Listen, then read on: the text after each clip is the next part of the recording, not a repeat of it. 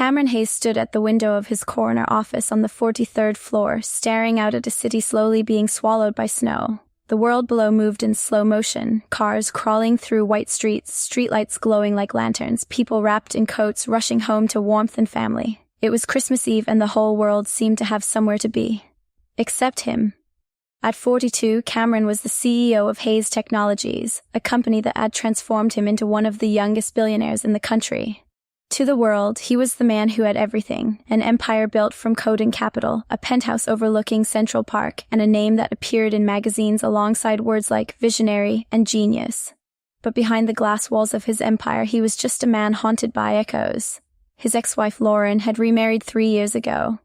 She sent him a Christmas card every year out of politeness, always smiling with her new husband and their baby girl. He'd been the one who said not now every time she brought up starting a family. After the next merger, he'd said. After the next milestone. By the time he was ready, she'd already walked away. Tonight there was no one left to say goodnight to, no laughter waiting in the silence. Just the soft hum of the city and the hollow feeling of winning everything except what mattered. Cameron loosened his tie, grabbed his coat, and stepped out into the cold. The streets shimmered beneath a blanket of snow. He walked aimlessly, hands deep in his pockets, his breath visible in the icy air. Across from his office tower stood a park, quiet, still, almost sacred beneath the lamplight. He wandered in, drawn by something he couldn't name. That's when he saw them. A young woman sat on a bench under one of the lamps, snow collecting on her shoulders. She wore a thin red coat, elegant but far too light for winter. Beside her were 2 children, a girl maybe 6 and a boy about 4. All 3 huddled close, shivering. The woman was carefully dividing a small sandwich, tearing it into pieces and handing the bigger halves to her children. "Mommy, you didn't eat," the little girl said softly. "I'm not hungry, sweetie," she lied, her voice trembling. The boy looked up at her, eyes tired but trusting. "Will the shelter still have beds?" "I hope so, baby. We'll wait a little longer, okay?" Cameron froze. The sight hit something deep inside him, a part he'd buried beneath contracts and stock prices. He approached slowly. "Excuse me," he said gently. "I don't mean to intrude, but are you 3 okay out here? It's freezing." The woman looked up. Her eyes were blue and cautious, the kind of eyes that had learned not to expect kindness. "We're fine," she said quickly. "Just resting." "I'm Cameron," he said, kneeling slightly so he wouldn't tower over them. "And you are?" The little girl smiled shyly. "I'm Lily, that's my brother Noah, and this is our mom, Miss Claire." "Just Claire," the woman said. "Claire Matthews." Cameron noticed their shoes sitting beside them, socks full of holes. They'd taken off their shoes to keep them dry, probably the only pair they owned. "Claire," he said softly, "I can see you're trying to stay strong for them, but it's too cold to be outside tonight. Please let me help you. No judgment, no strings, just dinner and a warm place to rest." Her eyes welled up. "We're not beggars, Mr. Hayes. I have a job. We're just in a bad stretch." "I don't think you're beggars," Cameron said. "I think you're brave, and I'd like to help." For a long moment she hesitated. Then she looked at her children, saw their pale faces and red noses, and whispered, "Okay, thank you." He led them to his car, a sleek black SUV idling at the curb, heat still on from his earlier drive. Lily gasped. "Mommy, it's like a spaceship." Cameron laughed softly. "Maybe not quite, but I'll take that as a compliment." "Where would you like to eat?" "McDonald's." Noah shouted from the back seat, and Cameron smiled. "I know somewhere better, if that's okay." 20 minutes later, they were sitting in a quiet Italian restaurant downtown. The maitre d' looked startled when Cameron walked in with a woman and 2 children in worn clothes but recovered quickly. "Mr. Hayes, your usual table?" "Yes," Cameron said, then added, "And please bring warm blankets and some hot chocolate." Within minutes, Lily and Noah were wrapped in soft blankets, their faces glowing again as they colored on paper menus. Claire looked at the prices and shook her head.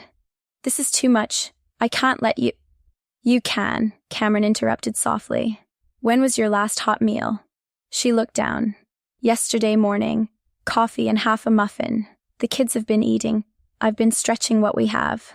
Over dinner, Claire told her story in fragments between sips of soup and glances at her children. She'd been a graphic designer once, married to her college sweetheart. Then he died suddenly of a stroke, leaving her with debts and 2 young children. She'd lost their apartment 3 months ago, been alternating between shelters and sleeping in her car. She worked cleaning offices at night but couldn't afford childcare during those hours. Her parents were gone. Her in-laws had turned their backs. "I'm not asking for pity," she said quietly. "Just time to get back on my feet." "You deserve that," Cameron said, "and maybe a little rest."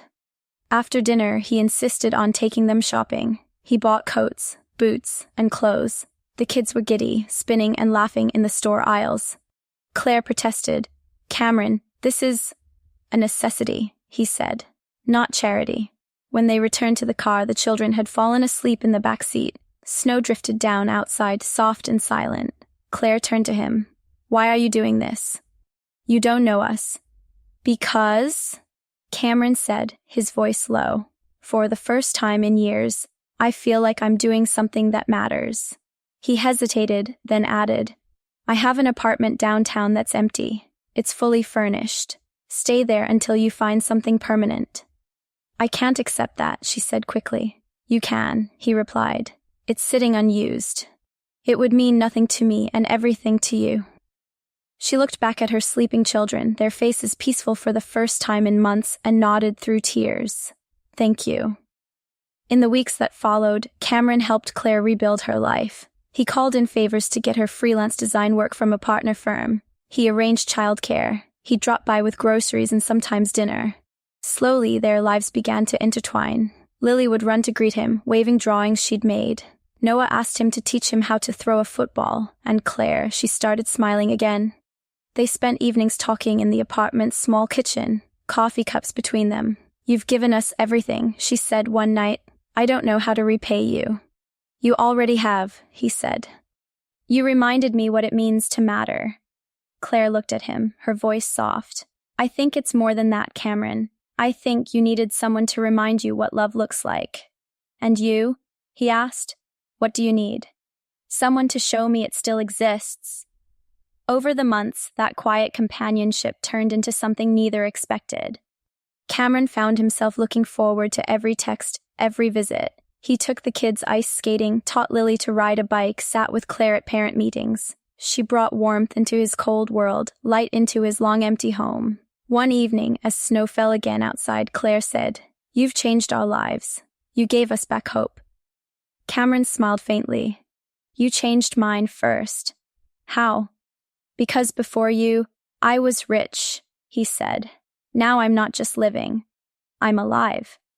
A year later, they were married in a small ceremony in that same park where they'd met. Lily and Noah served as flower girl and ring bearer, laughing as they tossed petals into the air.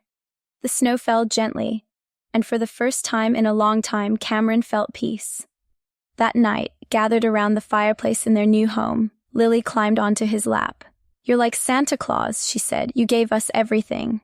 Cameron smiled, pulling her close. "No, sweetheart. You gave me everything. Before you, I had everything money could buy, but now I have something it never could. A family." Because that was the truth he learned from a woman dividing a sandwich on a frozen park bench, that the greatest wealth isn't what you keep, but what you give. That compassion, not money, is what saves people. That love often begins the moment we stop long enough to see someone else's pain and decide to help anyway. If this story touched your heart, remember this. Success means nothing without kindness. The richest man isn't the one with the biggest bank account, but the one who goes home to love, laughter, and the sound of small hands reaching for his.